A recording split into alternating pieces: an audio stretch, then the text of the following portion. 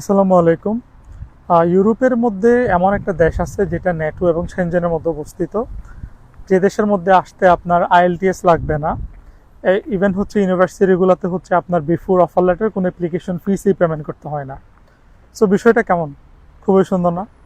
আমি হচ্ছে হাঙ্গেরির কথাই বলতেছি। হাঙ্গেরিতে এমন কিছু ইউনিভার্সিটি আছে যেগুলো বুদাপেস্ট এবং বুদাপেস্টের বাইরে দুই জায়গাতেই অবস্থিত। বেশ কিছু ইউনিভার্সিটি আছে যেগুলোতে অ্যাপ্লিকেশন করার জন্য আপনার আইএলটিএস লাগবে না, ইভেন এমওআইও লাগে না, এবং অফার লেটার আসার আগ পর্যন্ত কোনো অ্যাপ্লিকেশন ফিসে দেওয়া লাগে না। সো যারা বাংলাদেশের মধ্যে চিন্তা করতেছেন 2-300 অ্যাপ্লিকেশন ফিস দিব, দেন যদি অফার লেটার না আসে ফুল টাকাটা চলে যাবে, কনফিউশনের মধ্যে আছেন, আজকের ভিডিওটা তাদের জন্য। এবং যারা এইচএসসি কমপ্লিট করে এবং অনার্স কমপ্লিট করে দ্বিধাদ্বন্দ্বের মধ্যে আছেন, লিবিয়া হয়ে ইটালিতে গেম দিবেন কিনা, আপনারা চাইলে কিন্তু এই বিষয়টা বা এই সুযোগটা কাজে লাগাইতে পারেন। সো এই ইউনিভার্সিটিগুলোতে হচ্ছে রিকোয়ারমেন্ট খুবই কম।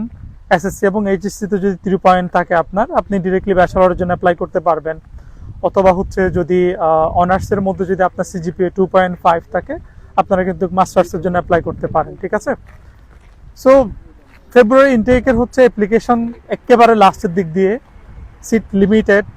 ইউনিভার্সিটিগুলোতে হচ্ছে পোর্টাল হয়তো 15 থেকে 20 দিন খোলা থাকবে। যারা এখনো পর্যন্ত ডিসিশন নিতে পারেন নাই হাঙ্গেরিতে অ্যাপ্লাই করবেন কিনা, অথবা অ্যাপ্লিকেশন ফিস দিলে পুরো টাকাটা লস যাবে, দেন পরবর্তী কি করবেন, তারা চাইলে কিন্তু এই সুযোগটা কাজে লাগাইতে পারেন। সো সাবজেক্ট মোটামুটি অ্যাভেলেবেল আছে, সোশ্যাল ওয়ার্ক, এনভায়রনমেন্টাল সায়েন্স অথবা এমবিএ, বিবিএ, এই ধরনের সাবজেক্টগুলো আছে। আপনারা চাইলে অ্যাপ্লাই করতে পারেন। চাইলে সম্পূর্ণ প্রসেসটা বাংলাদেশ থেকে প্রথম থেকে লাস্ট পর্যন্ত কমপ্লিট করতে পারবেন।